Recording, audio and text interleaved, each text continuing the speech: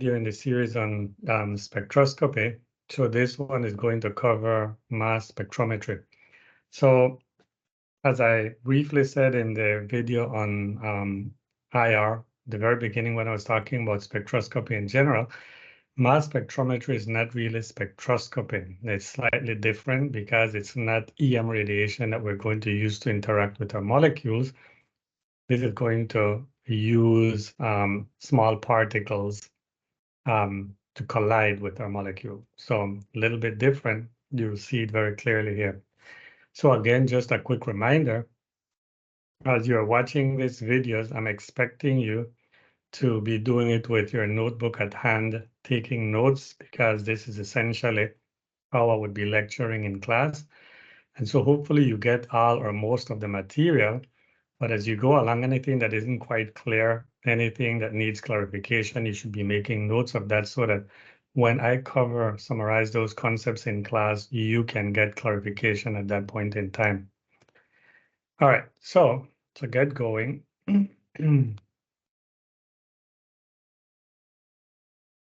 so mass spectrometry.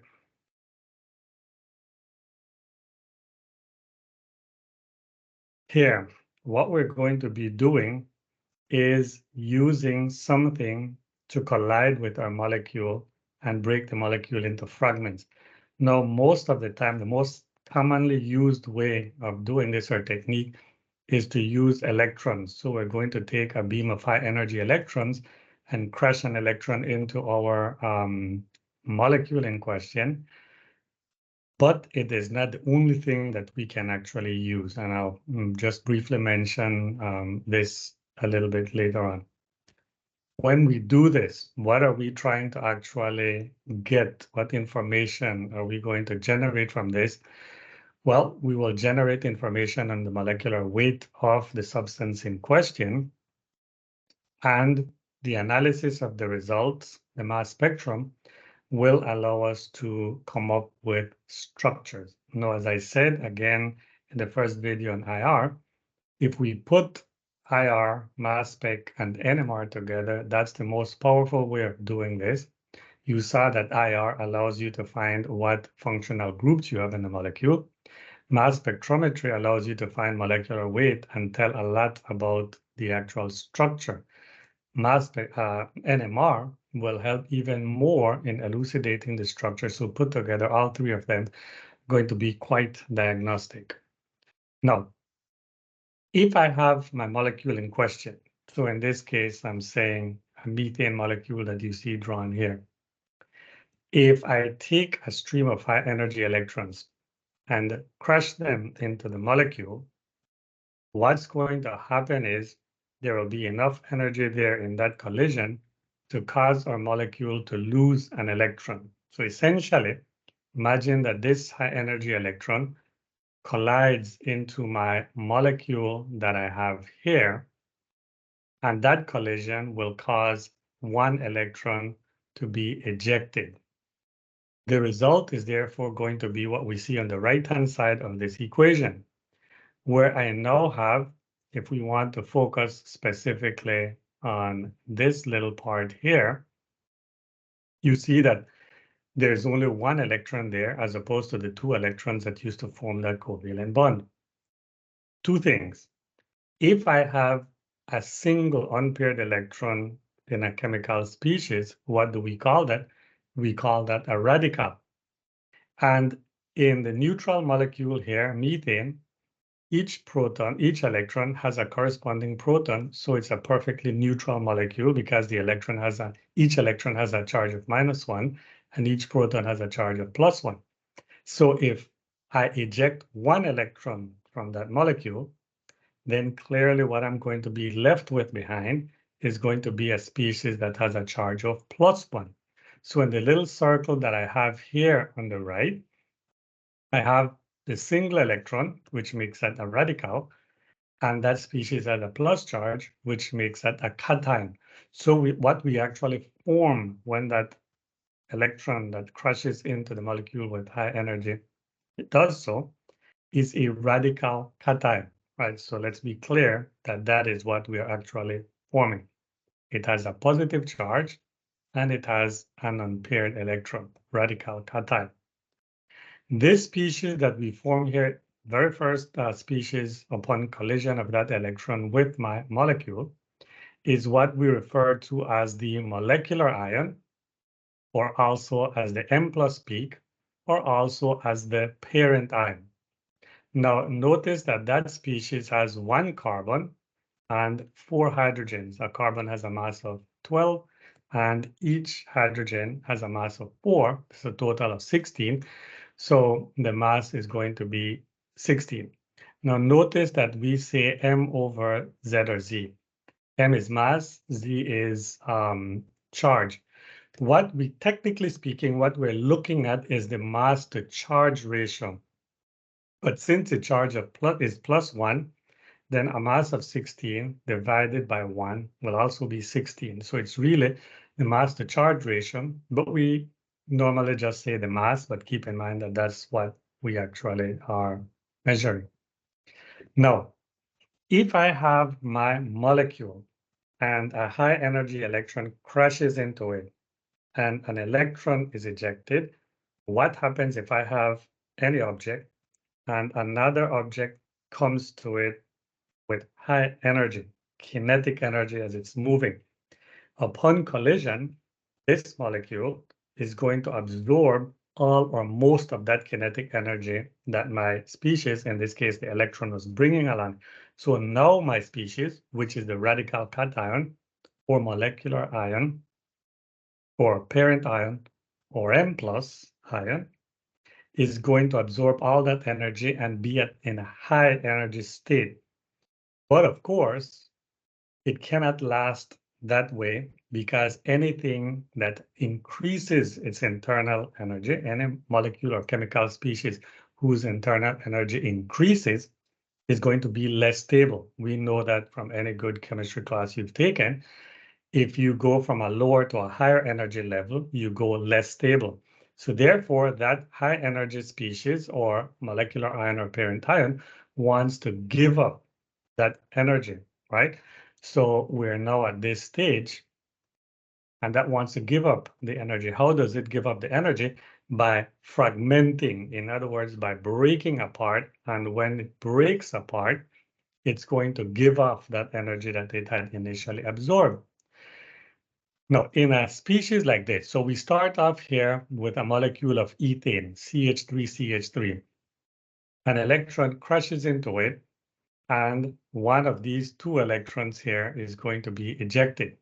So I now have my molecular ion or parent ion here, mass of 30, or mass to charge of 30. That molecule consists of strictly carbon to carbon and carbon to hydrogen bonds. So the only way this molecule can fragment is by breaking a carbon to carbon bond or a carbon to hydrogen bond. Let's imagine that we break a carbon to hydrogen bond. That's one way in which it can fragment, which means you are going to break, let's say, that bond. If I have a radical cation here and it breaks, it will break into a CH3CH2, which is what we have here, and an H, which is what we have here. Now, when that breaks, this can happen 2 ways. If this is a radical cation and I generate 2 fragments, one of those fragments will be a radical, one will be a cation. So in one case, the cation will be on the carbon here, that's whose bond with the hydrogen is cleaving, and you see that here, and therefore the hydrogen here is going to be the radical. Now, the other way this could happen, of course, is that instead of the carbon here being the one that bears the plus charge and being a cation, this carbon would be the radical, and this hydrogen would be the cation. The question is there a preference? There is a preference. And take-home message here, whenever you get fragmentation, it will always prefer to happen in a way that generates, or in the way that generates, the more stable cation. So the question you have to ask yourself here is, where will the plus charge be more stable? On a carbon, as I'm showing here, or on a hydrogen, as I'm showing here? And by now you know that the smaller the species that bears the charge is, the more concentrated that charge is, the less stable it is. And I think you will agree with me that having a fragment that has 2 carbons and 5 hydrogens is a much bigger thing than having the smallest possible ion, which is a hydrogen with a plus charge. So that is why we don't bother showing this way, because that is not likely to happen to any extent. What's going to happen is the carbon will bear the plus charge and the hydrogen will be the radical. Notice the radicals are not detected in mass spectrometry, right? They're just pulled away in a vacuum. Now, the alternative way in which I could have cleaved, or this molecule can undergo fragmentation, is instead of a carbon to hydrogen bond breaking, a carbon to carbon bond is going to break. So in this case, I will break the only carbon to carbon bond, which is that. So I'll generate 2 fragments that are both CH3s, which means that one of those fragments will be the cation, the other fragment will be the radical. And in this case, because they are exactly the same 2 fragments that I'll have, CH3s, then we just have to show it this way. In one case, the carbon will be the radical. In the other case, it's going to be the carbocation. Again, the radical, we don't worry about. The carbocation is what our detector is going to see. So you see that here. Now, the other thing that you want to notice here is the mass or mass to charge of the original parent ion here is 30. If I break a carbon to hydrogen bond, what is the mass of the radical here that we lose? A hydrogen has a mass of 1. Therefore, the carbocation that I formed here will have a mass of 29. In the other case, where I'm breaking the carbon to carbon bond here, what is the mass of having a carbon here with 3 hydrogens, what I'm showing here, which is the radical that's going to go away. A carbon is 12, 3 hydrogens would be a total of 315. So what's left behind is a fragment with a mass of 15. Our instrument will detect all of the radicals. So I should predict that I will probably see something with a mass, or technically a mass to charge ratio of 29, one of 15, and the original one before it fragmented, which is 30. That is what I would expect to see, right? And this is the basis of mass spectrometry, because here's the point. In all of science, this is a thing I keep repeating to my students, we have to standardize things if we want to compare. If we want to run experiments, we have to standardize things. Otherwise, you cannot compare results. And so we standardize the way we're going to do mass spectrometry. And what happens is that in mass spectrometry, if we are going to run the experiment under the exact same conditions in the instrument, there is never a case where 2 different molecules will generate the exact same fragments with the exact same masses or mass to charge, and in the same ratio, those different fragments that I get in the same ratio, right? It has never happened and it's not going to happen. So therefore, this is very diagnostic. If I have already run the mass spectrometry on ethane under standard conditions that we all agree on, then I know what fragments I'm supposed to get and at what ratio each of those fragments will come out. So therefore, if I have an unknown and I run it and I get its mass spectrum, and it is identical to the one that I know is for ethane, then I have just proved that my unknown sample is ethane. Very, very, very diagnostic. And this is what helps us in order to say, identify what we might have, right? Now, the complicated thing here is, of course, doing an analysis of the fragments. But if we're just going to compare, if we have a set of mass spectrum that people have already run for us under given conditions, and we have an unknown, and we run them under the same condition, we can compare our mass spectrum to the ones that we have. And nowadays with computers, right, it's like fingerprint analysis, DNA analysis. We don't do it manually. You just put it into a database and the algorithm will compare it for you and it'll tell you what it happens to be. The fundamentals here of the idea of mass spectrometry. Now, The parent ion or the molecular ion, of course, is that radical cation that will have the mass of the original molecule. So if my molecule is methane, that has a mass of 16. When I hit this with an electron and one electron from the methane is ejected, the resulting radical cation will have a mass of 16, as the mass of an electron is infinitesimally small compared to the mass of the entire molecule. If what I started off with is a molecule of ethane, right, that has a mass of 30, the molecular ion or the parent ion or the M plus ion will, of course, have a mass of 30 also. So the molecular ion, as you would expect, usually has the highest mass in the spectrum. No, there are higher masses that can actually result. That is when you have specific isotopes.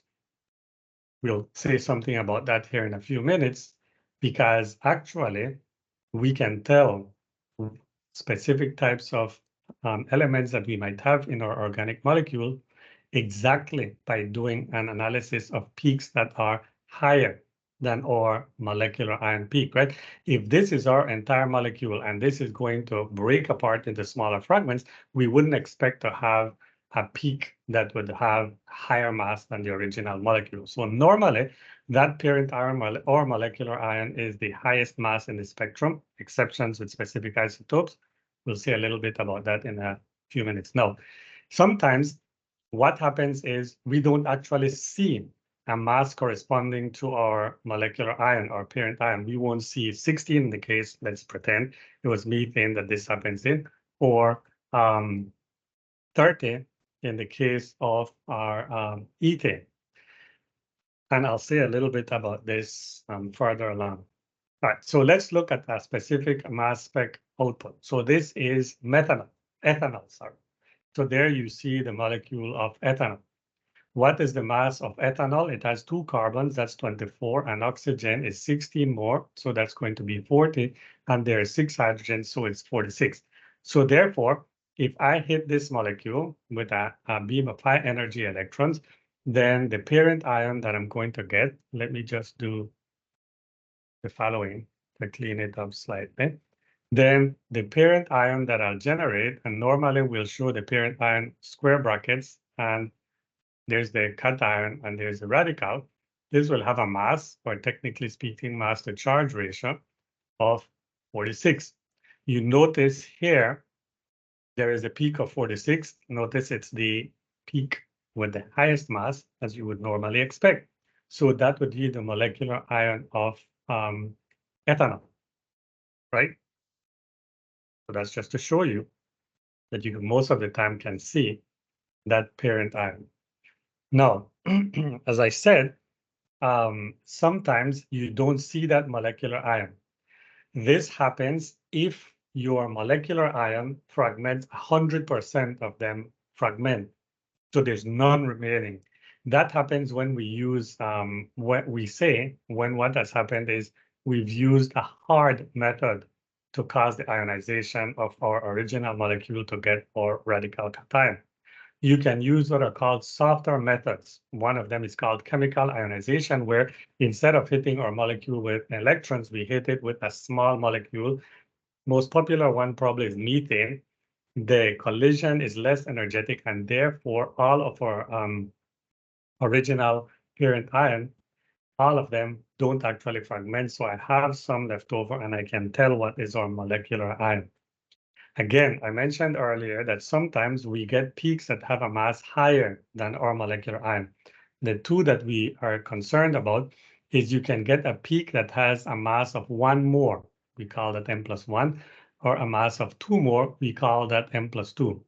So M plus 1 results when from C13s, right? You remember that the two main naturally occurring isotopes of carbon are carbon-12 and carbon-13. Carbon-12 makes up 98.6 more or less percent.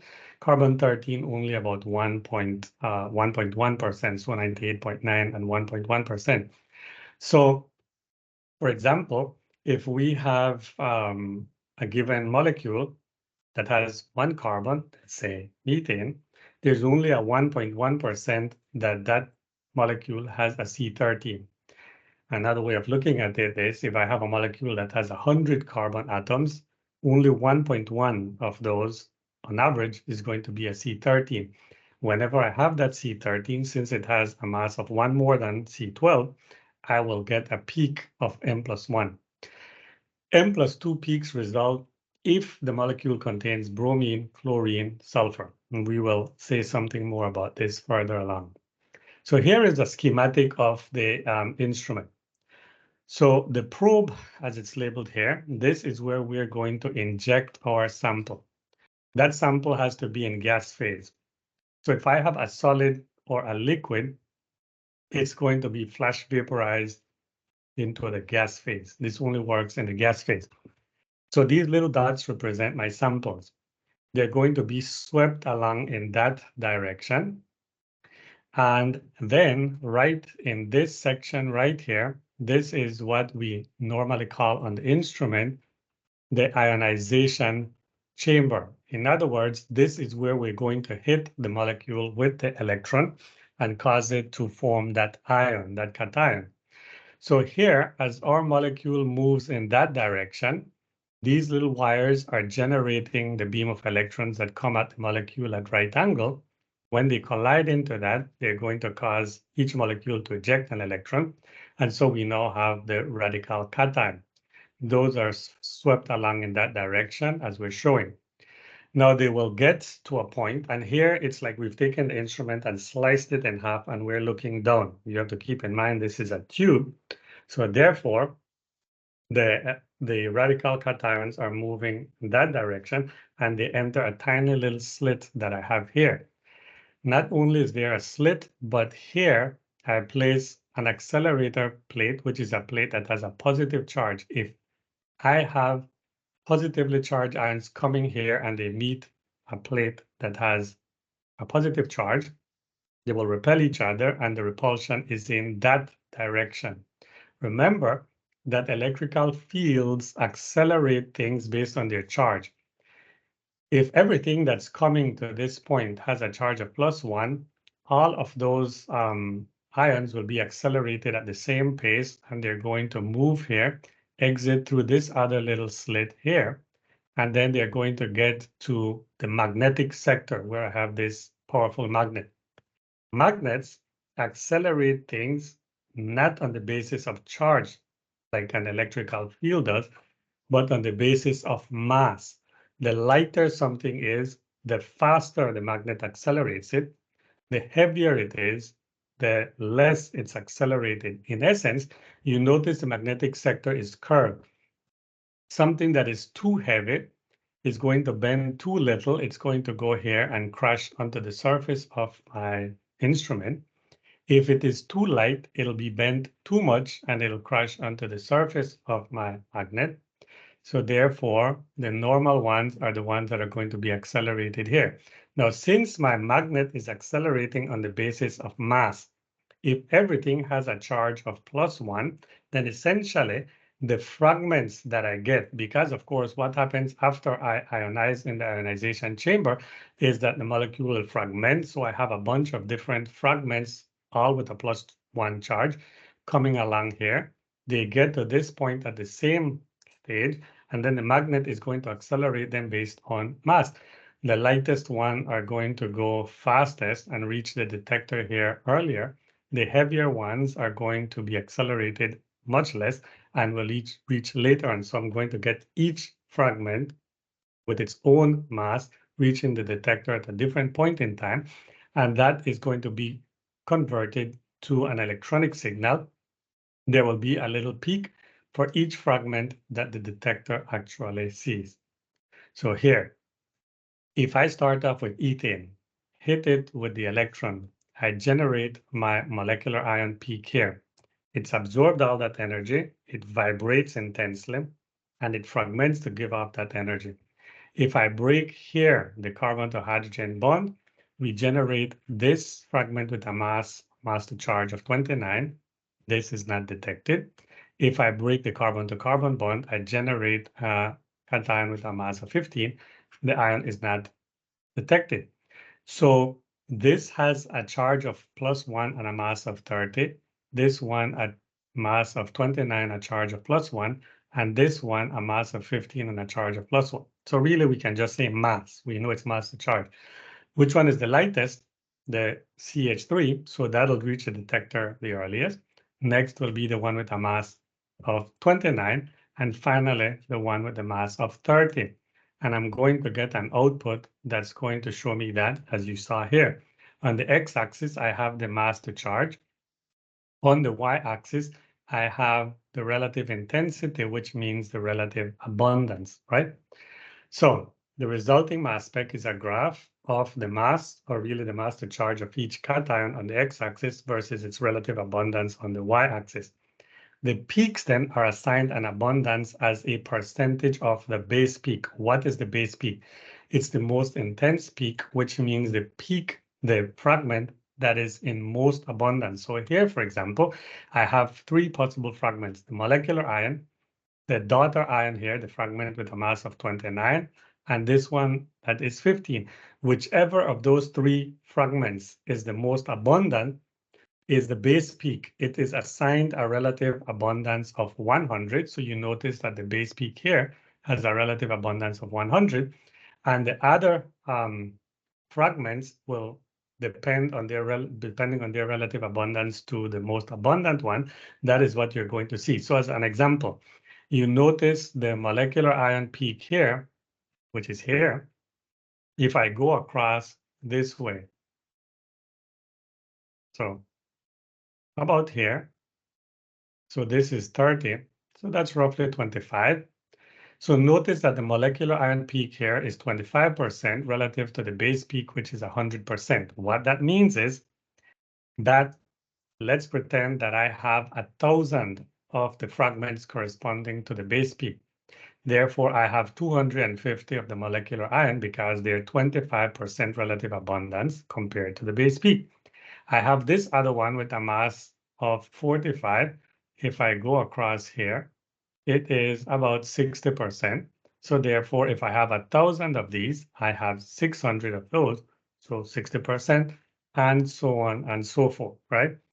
The base peak, of course, is not necessarily the same as the parent ion peak. In fact, I'd venture to say more times than not, the base peak is not the same as the molecular ion peak. So two important peaks to notice: the base peak here, which is the molecular ion corresponding to the parent ion, the initial radical cation before it fragments, and the base peak here, which is the one that is represents the most abundant of all the fragments. In other words, depending on how the molecule fragments or breaks down, you will have one fragment that is the most abundant, and that will be the base peak. Now, a quick little thing here, we can tell, right? We have ethanol, right? So here is ethanol.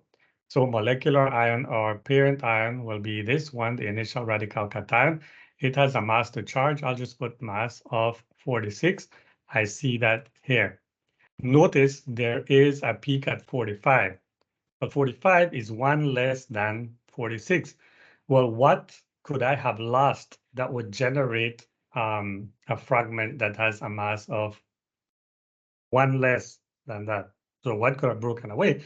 The only thing is the hydrogen, because the hydrogen has a mass of 1. So we could conceivably say what breaks is the oxygen to hydrogen bond, and therefore what that is going to generate is that the plus charge is on the oxygen here, and the radical that is lost is this, because this will have a mass of 45, sorry, one less than 46. Alternatively, of course, we could conceivably say what has actually broken is not that oxygen to hydrogen bond. Again, this has a mass of 46, but let's say one of these carbon to hydrogen bonds is actually broken. And so what I'm going to generate is a species like this where the plus charge is on that carbon. And what the radical that I've lost is a hydrogen. Hydrogen has a mass of 1. 1 less than 46 is going to be 45, right? So I can predict what fragment is likely to represent the one that has a mass of 45. This one is going to be more likely for the following reason. The oxygen, remember, has 2 lone pairs of electrons. I can move one lone pair this way to generate a resonance structure like this. where the plus charge is now on the oxygen. And we know that any chemical species where that is resonance stabilized, where I can form a resonance structure, has increased stability. So I can see a resonance structure from this one. I can't really see a resonance structure from that. So it's more likely to be this one.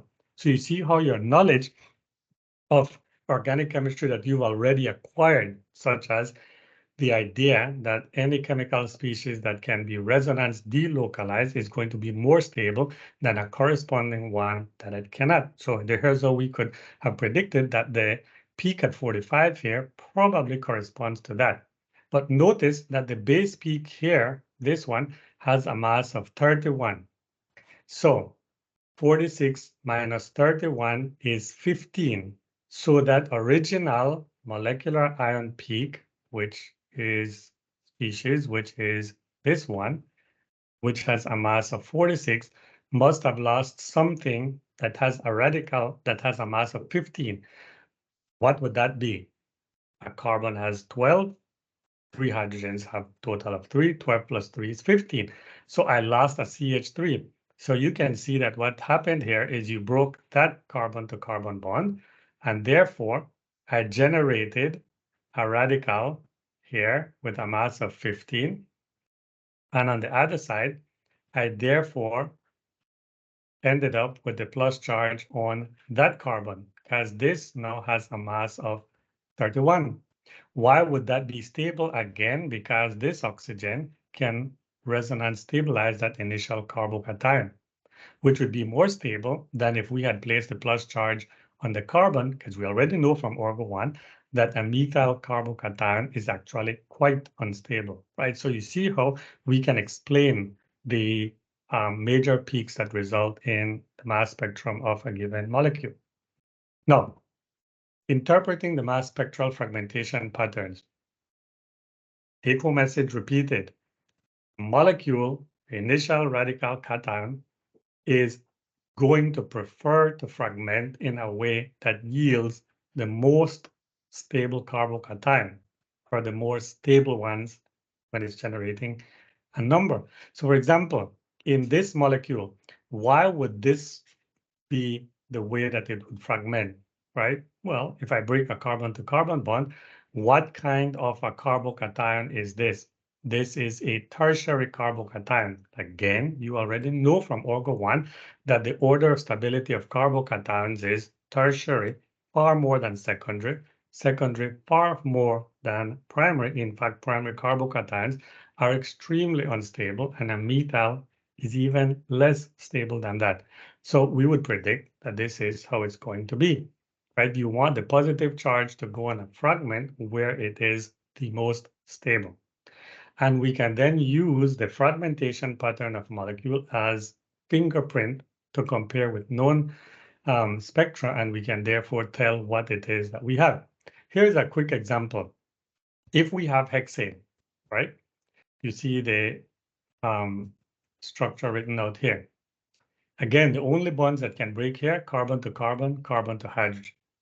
If I were to break, and I'll put numbers here, 1, 2, 3, 4, 5, 6. If I break the carbon 1 to 2 bond, then I am going to generate a radical and a carbocation. What will be more stable is to have the radical on carbon number 1 and the carbocation on carbon number 2. Why? Because if I place the plus charge on carbon number 2, so CH3, CH2, CH2, CH2, CH2, where this is carbon number 2. I place the plus charge here. That's a primary carbocation, and the radical is methyl, which is more stable than a methyl carbocation. So this is the way it would go. So if I lost something that has a mass of 15, what is the mass of this? Well, the molecular ion has a mass of 86. 86 minus 15 is 71, and we can explain why we have that. Notice it's not the base peak. Its relative abundance is a lot less than, for example, the ones labeled 57, 43, and 29. So is this the main way that this molecule will, this parent ion will break? No, Therefore, what if carbon 2 to carbon 3 bond breaks? I can place the charge on carbon number 3 or on carbon number 2. So here, I'll just start this way. So this is carbon number 3, 4, 5, and 6. Plus charge can go here, and the radical will therefore be on carbon number 2. Now, is it possible that the radical goes here and the plus charge goes there? This one is a primary carbocation. This one is a primary carbocation. There's really not a big difference in stability. So both of them here could form, as opposed to in this case where there's a clear preference. What would be the mass of this fragment? Well, I've lost a fragment that has here 2 carbons, which is 24, and 5 hydrogens, which is 5 more, that's 29. What is 86 minus 29? It is 57. You see that here. So this peak corresponds to this because this has a mass of 57. What would be the mass of this one if it breaks this way? That is 29. I see 2 carbons, and this carbon has 3 hydrogens, and that one has 2. That's a mass of 29. I see that that is here. So you see how both of them form. There's something with a mass of 43. So what is 86 minus 43? It is 43. How does that happen? That is where you break the other one here, in which case I will have, right, I can have the plus charge here, carbon number 4, and that has a mass of 43, and the radical will therefore be here, right? And you notice that if I do it the other way around, put the radical on the one on the left and the plus charge on the one on the right, it's identical. So that would correspond to this one. See how we can actually predict or explain the mass spectrum of something like hexane. Now, you will see in other examples where there are preferred methods that we can tell based on having secondaries, tertiary carbocations, and so on. So again, most elements occur naturally as mixtures of isotopes. If I have specific isotopes, specific elements, the presence of significant amounts of heavier isotopes can lead to those heavier peaks, the M plus 1, M plus 2. M plus 1 is when you have a C13. M plus 2 is when you have bromine, chlorine, and sulfur. Again, a little bit about this, more about this further along. So there are some elements that we should be able to very quickly recognize from a mass spec. In other words, if I look at a mass spectrum and I recognize what we are about to see, I'll be able to tell that I have them. There are about 4 or 5 that we have to worry about, so let's look at these. For example, there's what's called the odd number rule.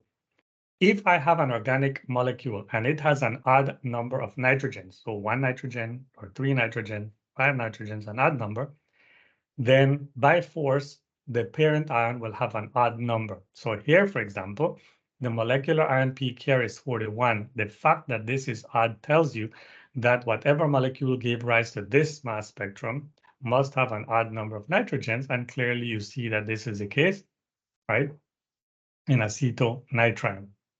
So we should be able to tell just by looking at a mass spectrum if there's an odd number of nitrogens on the organic molecule, simply by noting that the molecular ion peak has an odd number.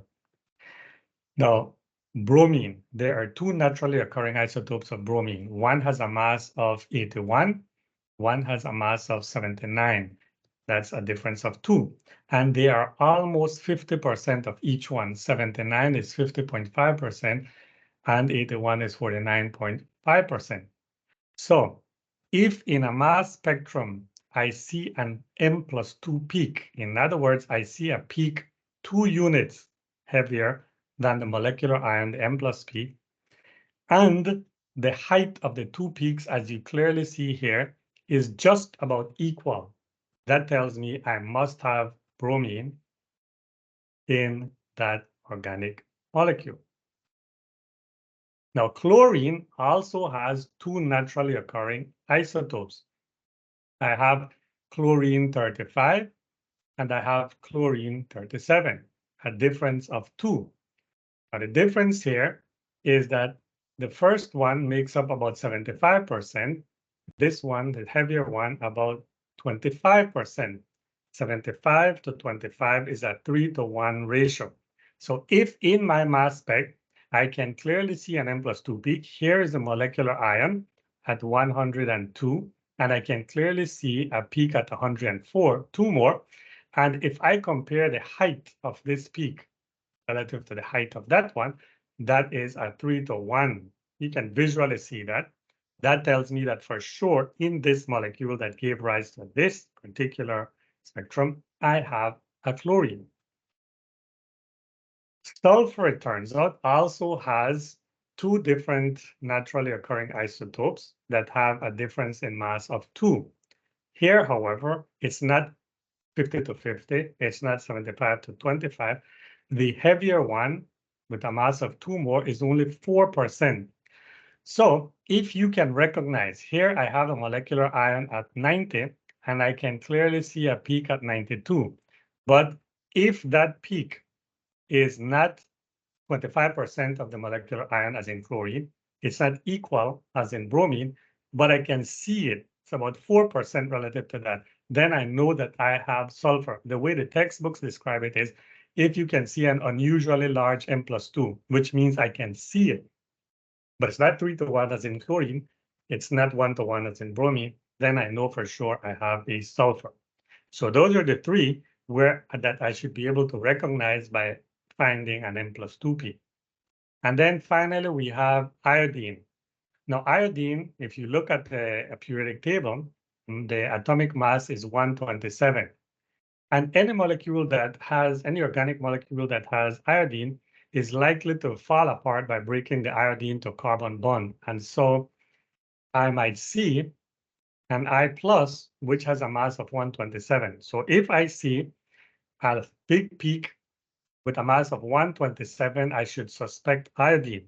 I can confirm that it's iodine because I should also see a significant peak for what is left over here, because this could also break where your plus charge is actually on that carbon, which will mean that the mass of this has to be 127 less than what the mass of your molecular ion has to be. Because if I broke the carbon to iodine and the iodine goes away, it's not the one that gets a plus charge.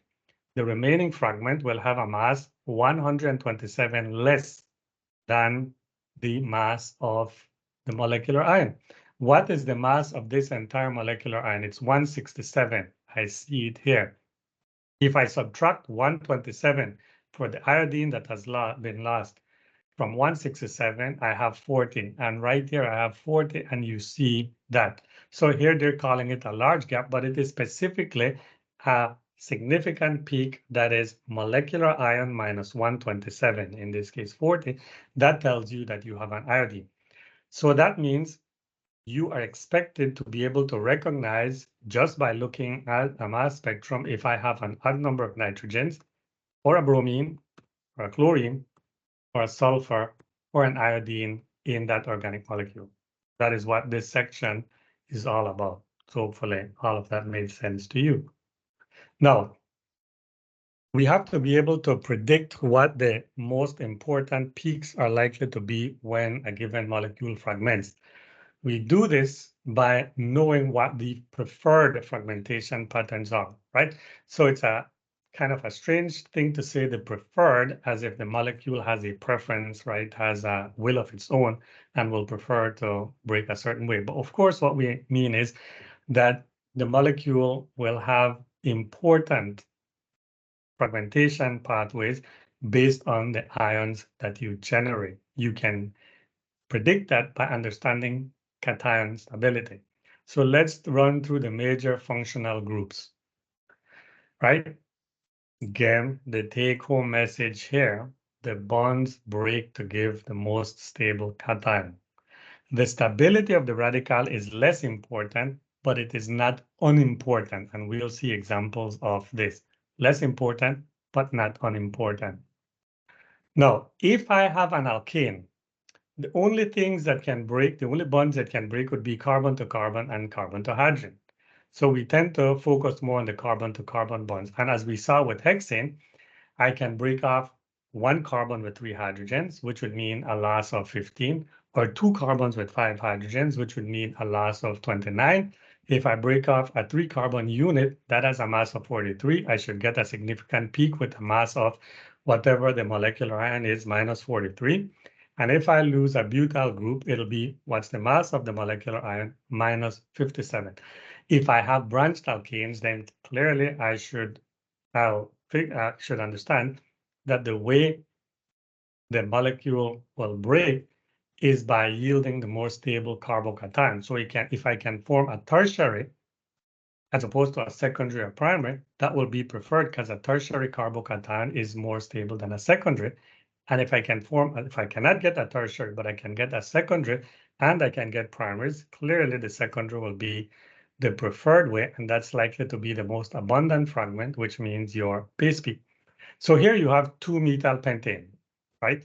So when I look at that, I could break the 4 to 5, the 3 to 4, the 2 to 3, the 1 to 2, which is the same, by the way, as breaking that one to carbon number 2. So what are the different things that I could actually end up getting? Well, I'll do here analysis very quickly.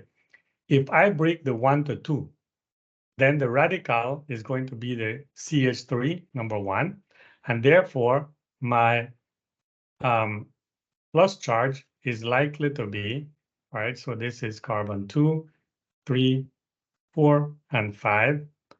This one is just the one dangling off here.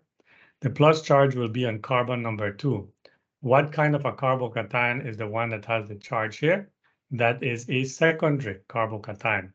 If I were to break carbon 2 to carbon 3, I can place the plus charge on carbon 2 or on carbon 3. If I place it on carbon number 2, again, this is the one that's dangling or branching off, that again is so I'll put it this way, this is a secondary. That is also a secondary, because if I were to place it on carbon number 3, that is a primary. A secondary is more stable than a primary, so the plus charge is more likely to be on carbon number 2. If I break the carbon 3 to 4 bond, if I place the charge on carbon number 3 here, that of course is a primary carbocation. If instead, and then the radical is going to be carbon number 4 here and here. The alternative, of course, would have been that I place the radical on carbon number 3 and that the plus charge is on carbon number 4. Well, this is primary. This one is also primary. So both are likely to happen.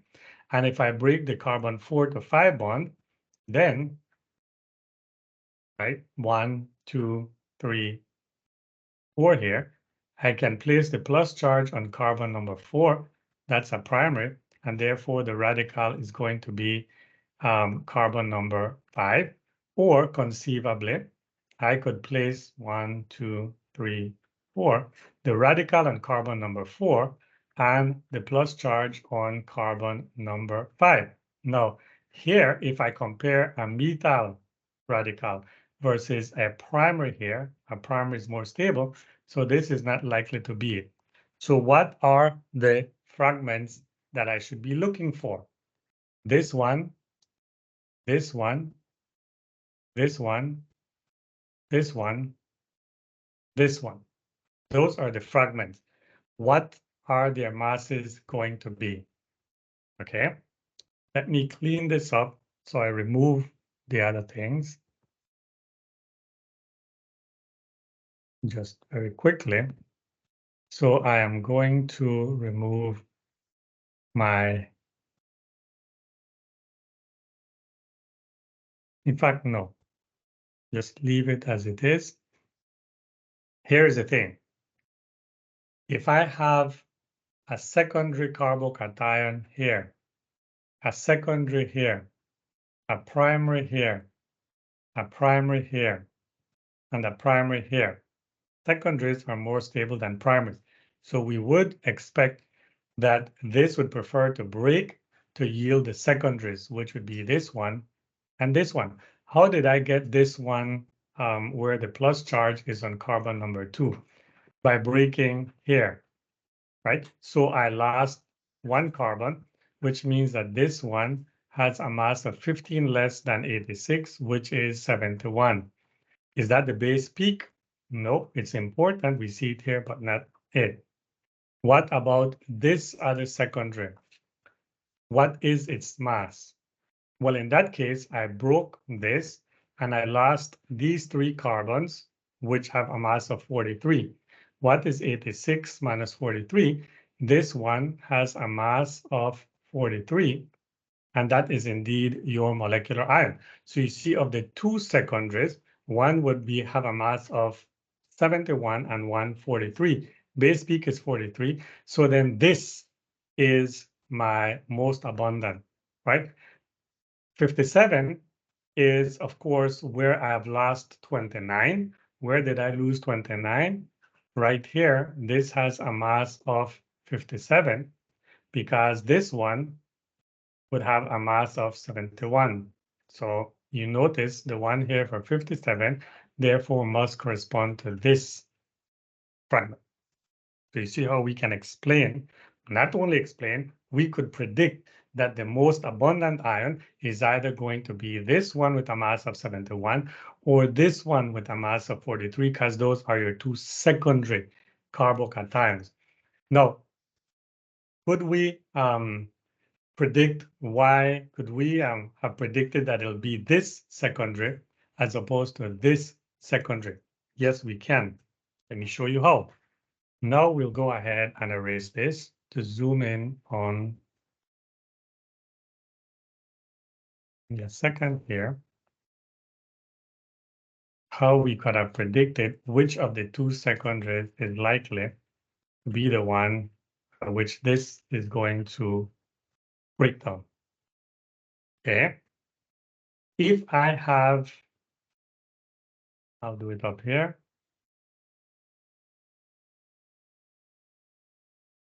One, two, 3, 4, 5. So if I break the 1 to 2, here's my molecular ion, parent ion, with a mass of 86.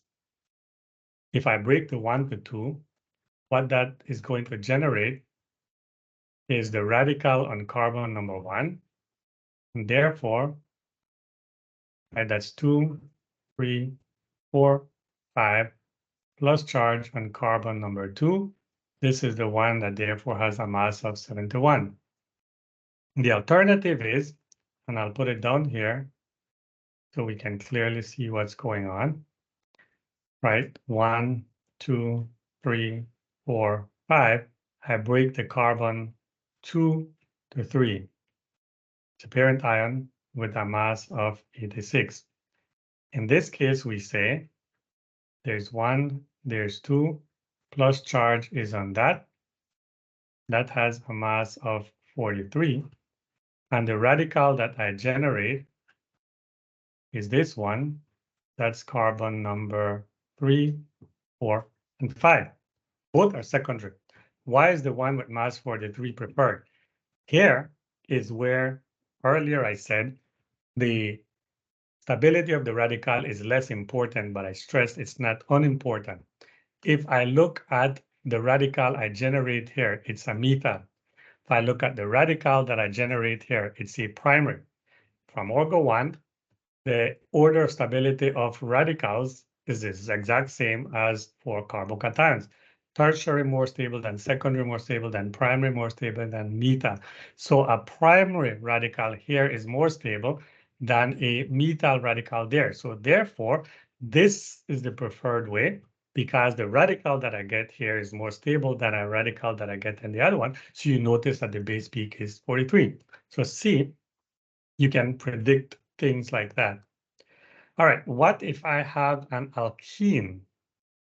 Well, if I can form an allylic radical, that's going to be the most stable situation. So in this example of this molecule that I have here, if I break right here, the bond between carbons 4 and 5, I generate a plus charge here. the radical is therefore here on carbon number 5. So this is 5, this is 6. Then, right, so here's 1, there's 2, there's 3, and there is 4.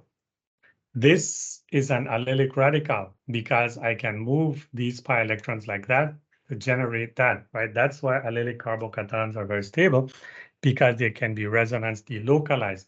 The mass of this parent ion is 84. If I break here, I'm losing a 2-carbon unit, which is 29. 84 minus 29 is 55. So that is my base peak. So that's what I can clearly tell will be the major, or I should predict should be the major fragment of the base peak. If I have aromatic rings, if I can break a bond to yield a benzylic, this is a benzylic carbocation, very stable, just an allylic, that is going to be the preferred way. So here, you break the carbon to bromine bond. The molecular ion is here. Notice, by the way, you can clearly see an M+2 peak, equal heights. That should tell you that this molecule has a bromine. So therefore, if I generate this, what's the mass of that? Well, right here, you see the mass of that. Now, as an aside, normally what happens in a benzylic carbocation like this one is I get this species. We don't have to get into it. It's a radical process, and it's going to yield this, which is called a tropylium ion. And that's why this is also stable. So for aromatics, if I can get a benzylic carbocation, that's likely to be the major fragment, i.e. the base peak. Now, anything that has a ring is likely to break where a bond that breaks will be between the whatever the substituent is on the ring and the carbon to which it's attached. So here I have a nitro on that carbon of the ring. So if I break this, the mass of this is 77, and I see it here. That's the preferred. And it applies not only to benzene rings. If I were to have, let's say, a cyclohexane, and it happens to have that, one of the major ways in which this will break is by doing that, and therefore yielding a carbocation with a plus charge here, whatever that mass happens to be, right? In fact, one thing to notice is that not always, but many times, if I have a benzene ring, I will see a peak of 77. It's not necessarily going to be the base peak here. For this simple molecule, it is, where there's a mass of 77. What if I have an alcohol? Alcohols do two things, what's called alpha cleavage and what's called dehydration, which means loss of a molecule of water. So for example, an alpha cleavage, we mean you look at the carbon that has the OH, and it will break its bond with any neighboring carbon that I have there. And the plus charge will prefer to go on the carbon that has the OH. Why? Because these electrons on the oxygen can resonance stabilize the plus charge there. Dehydration means I'm going to lose the OH from that carbon and an H to make the molecule of water from any neighboring carbon. So here's a neighboring carbon. I will lose that. So I get the H2O, and I'm going to therefore get an alkene. That is always the case. So here, for example, if I have one propanol, right? So this is what I have. Alpha cleavage means the carbon that has the OH will break its bond with the next one. So this is the radical that I'm going to lose. So I will get that radical that has a mass of 29. And the carbocation that I will get, remember, is the one with the plus charge here. Again, the reason for that is that the oxygen here can resonance stabilize that. So if the molecular ion has a mass of 60, and the ion that I lose is 29. What is 60 minus 29? It is 31. We would expect that to be the base peak, and you see that right here. Now, the other thing that can happen here is dehydration. So if I lose the OH from that carbon, there's only one neighboring carbon. So therefore, I'm going to lose an H from that one. So I'm going to get a molecule of water, and The alkene will therefore be between that carbon that had the OH and that carbon that had the H. So therefore, I am going to get this alkene here, and it'll be a radical cation because I've lost a neutral molecule. And what's the mass of that going to be? Well, if I lost water and water has a mass of 18, what is 16 minus 18? It is 42. So therefore, we see that here. If I have an amine undergoes alpha cleavage, which again means carbon that is bonded to the nitrogen in the amine will break its bond with a neighboring one. Here we're just showing you one, that. And if I lose this, this has a mass of 43, 3 carbons. If this total molecule here, molecular ion, has a mass of 115, what is 115 minus 43? It is 72. And so therefore, that is what I'm actually going to get here. Now, again, I can have multiple alpha cleavages for both alcohols and amines. And I'll show you that in a second. Here, I'm actually showing this. If I have this particular amine, an alpha cleavage could be between that carbon that is bonded to the nitrogen and that, in which case I'm losing 2 carbons, which is 29. So if the molecular ion here is 100 and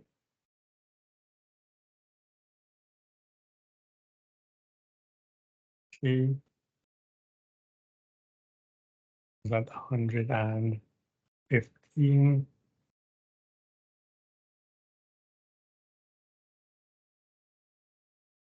Yes, so this is 115. 115 minus 29 is going to be 86. So I see this. That corresponds for where I'm actually breaking that bond. What we're seeing here, they just did it the other way around. Okay. But I could also break, here's a carbon that's bonded to nitrogen, and I'm breaking here, which means I'm losing now 3 carbon unit, which has a mass of 43. And what is 115 minus 43? It is 72. And we see that here. So this is the major way in which this breaks apart. That is alpha cleavage. So you see you get 2 alpha cleavages that you could conceivably get here. Ethers. So ethers undergo alpha cleavage, or of course, cleavage of an oxygen to carbon bond. So alpha cleavage means that I have the oxygen here. The neighboring carbon that's bonded to it will break its bond to the next carbon in question. And the other major way in which ethers break is an oxygen to carbon bond there. So if I have this molecule, right, alpha cleavage would be breaking the A prime to B prime, which is the same as breaking the A to B. If I break this, I'm losing 15. So I'm going to place the plus charge on what I'm calling B prime here. So the plus charge is going to go here. That's A, B, and I'm calling this B prime. What is the mass of this? Well, if the molecular ion has a mass of 74 and I've lost 15, that's going to be 59. And you see that right here, right? Now, the other thing that can break, of course, is I can break right here, the oxygen to whatever it else is. And I can, of course, end up having the plus charge on the oxygen or on the B prime. So break here, and the two things that can result would be CH3, CH2O, plus charge is going to be here. And that will have, if I've lost here, 2 carbons, this entire thing, that's going to be a loss of 29. 74 minus 29 is going to be, see, 74 minus 40 would be 34, minus 29 would be 35. Does that happen to any extent here? Wait, am I doing the math correct? 74 minus 45, sorry, 45, this would have a mass of 45. You see that peak here, right? It's also possible that the charge instead goes on the carbon, so CH2, CH3, where this is the B prime, and the plus charge goes here. This has a mass of 29, and I see it here. Now, this is one where something else is happening because the base peak is at 31. Let's just not worry about that here in class. Well, I'll just tell you that it is possible for strange things to happen. How would I get a mass of 31 there? I would actually have to be breaking, let me draw it here. I would have CH3, CH2, O, CH2, CH3. What I would have to be breaking here is I would have to be breaking the oxygen to carbon and the carbon to carbon. But then I would, right? So if you do that, you would end up with here, where an oxygen to a CH2. Notice that this is not an oxygen with a CH2. The oxygen picks up a hydrogen from something else, right? So notice that it can be more complicated. This is just to show you that. I'll show you another example. Here is sec-butyl isopropyl ether. So what are the different things that can happen? First of all, I can end up, here's my molecular ion, mass of 116. I can simply do an alpha cleavage. Well, I can break the oxygen to carbon bond. So if I break this bond right here, and I place the plus charge on that carbon that I'm highlighting here, it would generate this fragment, mass of 57. I could, of course, also break this one and place the plus charge on that carbon on the right that I'm highlighting.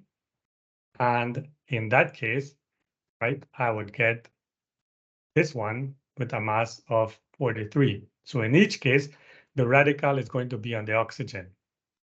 Then I can do alpha cleavage. If I break this bond, and that's the radical that I lose, place the plus charge on that carbon, like that, then that is going to generate this with a mass of 87. I can, of course, break this, do this alpha cleavage, as this is the alpha carbon. I would be losing 15. So that would give me this fragment with a mass of 101.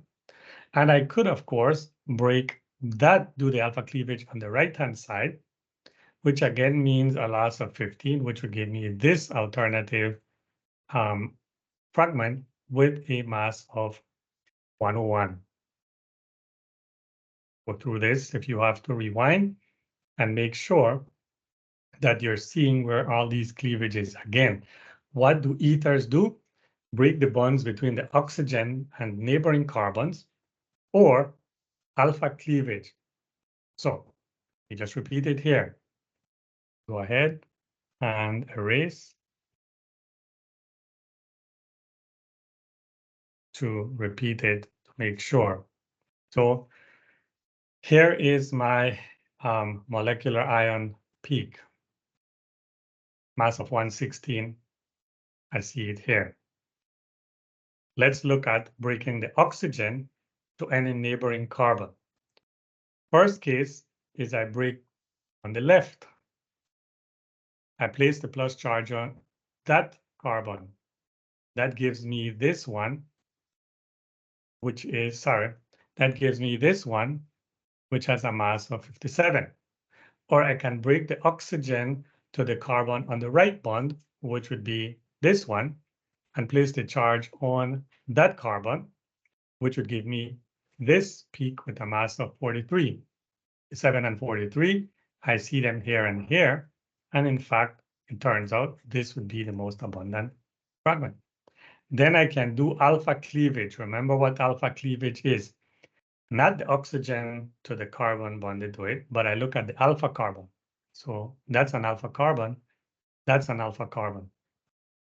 If that carbon breaks its bond, so here is the alpha carbon, here is the alpha carbon.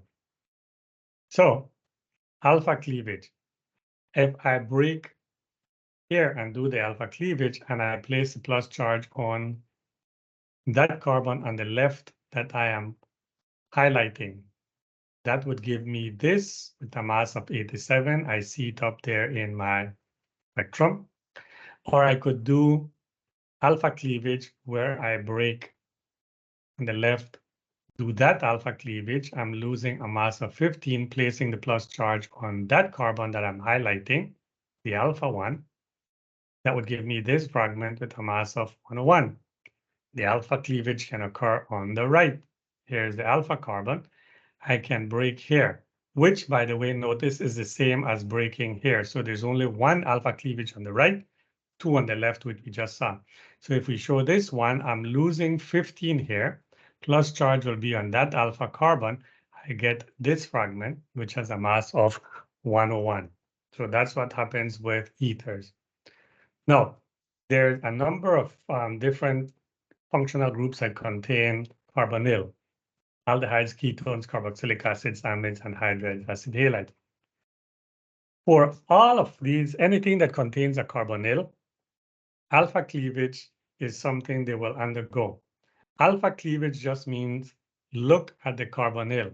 So here is the carbonyl, and the carbonyl carbon will break its bond with any neighboring thing that is there. Carbons in the case of something like a ketone, carbon and hydrogen in the case of aldehyde, etc. So I'm going to prefer to always have the plus charge on that carbon because the oxygen here can help resonance stabilize it. That is alpha cleavage. Now, it is also possible for some molecules to undergo a McLafferty rearrangement. For a carbonyl containing molecule to undergo an McLafferty rearrangement, here is what that molecule has to have. Start from the carbonyl carbon here, and then go to the next carbon and start counting. 1, 2, 3. There must be at least 3 carbons. And the third carbon has to have at least 1 hydrogen. If that happens, then this is going to happen. And we will actually see this in the next topic after spectroscopy. What happens is the oxygen takes the pi electrons and grabs that proton. Then the carbon to hydrogen bond breaks here, and the electrons are moved here to place the plus charge between carbons 2 and 3. And the carbon 1 to 2 bond breaks, and those electrons move over to form a double bond between carbon number 1 and the carbonyl carbon. So this would be carbon number 3. This would be carbon number 2. You get a neutral alkene. This is carbon number 1, and here's your carbonyl carbon.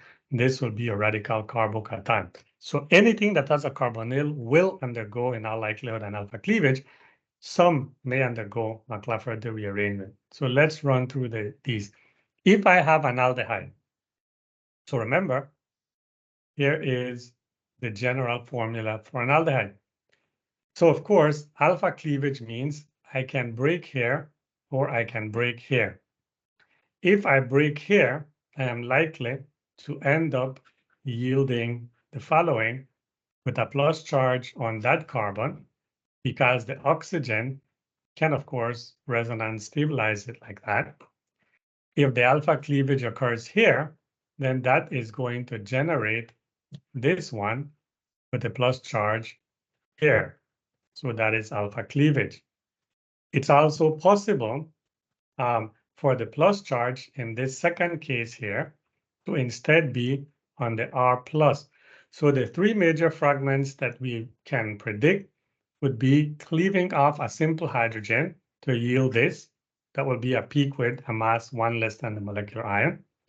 Or doing this alpha cleavage, if I put the plus charge on the carbonyl carbon, I will get that, figure out its mass. If the same one leads to the plus charge on the R, figure out its mass. Those are likely to be the major things that I'm actually going to get. So here's an aldehyde. And this is a good example because it shows you that all of these things can be at play if the molecule has many functional groups. Alpha cleavage. So this has a molecular ion of 134. If I do this alpha cleavage and I lose hydrogen, that should have a mass of 133. I see that right here. It happens, but it's not the major way. If I do this alpha cleavage, I can place a plus charge on that. That would end up generating that carbon, oxygen, hydrogen, and a plus charge like that. What would be the mass there? Carbon is 12, oxygen is 16, that's 28, hydrogen is 1, 29. Do we actually see that there? So here you notice when you look for 29, which is here, it occurs, but it's not the major peak. But then the other thing that you have to remember in this case, notice that if I do this alpha cleavage, I could put the plus charge on carbon that I've labeled B instead of on the carbonyl carbon here that I've called C. Now that would therefore generate a fragment where I have this, this, and the plus charge would be here. What I would then lose would be here, which has, again, a mass of 29. 134 minus 29 is 105. We see that here. But here, because there's an aromatic ring, I could also break here between the A and the B. In that case, I would predict that I would have a fragment like that, where this is the A carbon, the plus charge is now there. That would have a mass of 91. That is the base peak. Now, if you're saying, why is that the base peak and not whatever you get from the alpha cleavage, if we just finish saying that alpha cleavage here and here is what carbonyls prefer, because this is a benzylic carbocation, which is very, very, very stable. So that would give a fragment with a mass of 71. So you see how you can have more than one different fragmentation pathway occurring. If I have a ketone, here is a ketone. Alpha cleavage could be here and could be here. If it's here, here's what you can end up getting. You can end up getting the plus charge here, find what that mass happens to be. Of course, it's possible that the plus charge ends up on that, find out what that mass happens to be. If the alpha cleavage occurs here, then you can end up getting this with the plus charge here, whatever that mass happens to be, likely to be important. And of course, the plus charge can end up on the R, whatever its mass happens to be, that is likely to be important. So here is ketone. Okay, if I do this alpha cleavage, I can end up getting CH3, C double bond O, plus charge here. What would be the mass of this? Well, 2 carbons is 24, 16 for the oxygen is 40, plus 3 hydrogens would be 43. And that is actually the base peak. Of course, I could do an alpha cleavage here, in which case you would predict that you would end up having the following fragment. So this is now B, C, D, and E, plus charge will be here. What would be the mass of this? Loss of 15. And if my molecular ion is 86, 86 minus 15 is 71, and you see that there. If I have esters, right? So an ester has the following general formula. So alpha cleavage would be here, which means I lose an OR prime, which is what this is saying. The other alpha cleavage could be here. And of course, you can also break the O to R prime. That is where you would predict things to happen. So let's look at this. If I had, let's say, here, if I lose this, then I would predict that I will likely have the plus charge here because the oxygen can, of course, resonance stabilize that, whatever the mass is of that. If I do the alpha cleavage here, I would predict that it's possible that I end up having a fragment like that, whatever its mass happens to be. And then, of course, it's also possible that I break the O here and I place the plus charge here, which would give me this, which this one we know, of course, the mass will be 43. So here, for example, alpha cleavage here to yield, of course, the following. The mass there would be 105. You see that there. Why is that the base peak? It's an alpha cleavage, plus it's a benzylic carbocation. I could, of course, break here. That's the other alpha cleavage, in which case I would end up getting this with the plus charge here. And again, since I'm breaking the ring to whatever is attached to it, I could also get the plus charge here. Now, this one has a mass of 77. We see it here. So 136 minus 77 would be 136 minus 77. So 137 minus 77 would be 60. So 59, that doesn't occur to any major extent. And then you could find what is the mass of this one. You would predict that that would also be something that you would have. So there, right? Before I do this, we just then do the following. In fact, I'm going to pause here as I'm going to go into a different topic, and I'm going to post a brief video where I'll just make up some examples and go through with, see if you can predict the major ions, and then I'll show you what they would be, and that will tell if you've gotten all of this, right? So this is a good stopping point for this video, so I will stop at this point.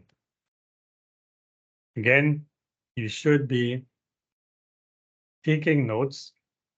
Anything you don't understand, you should be making a notation of that. All right.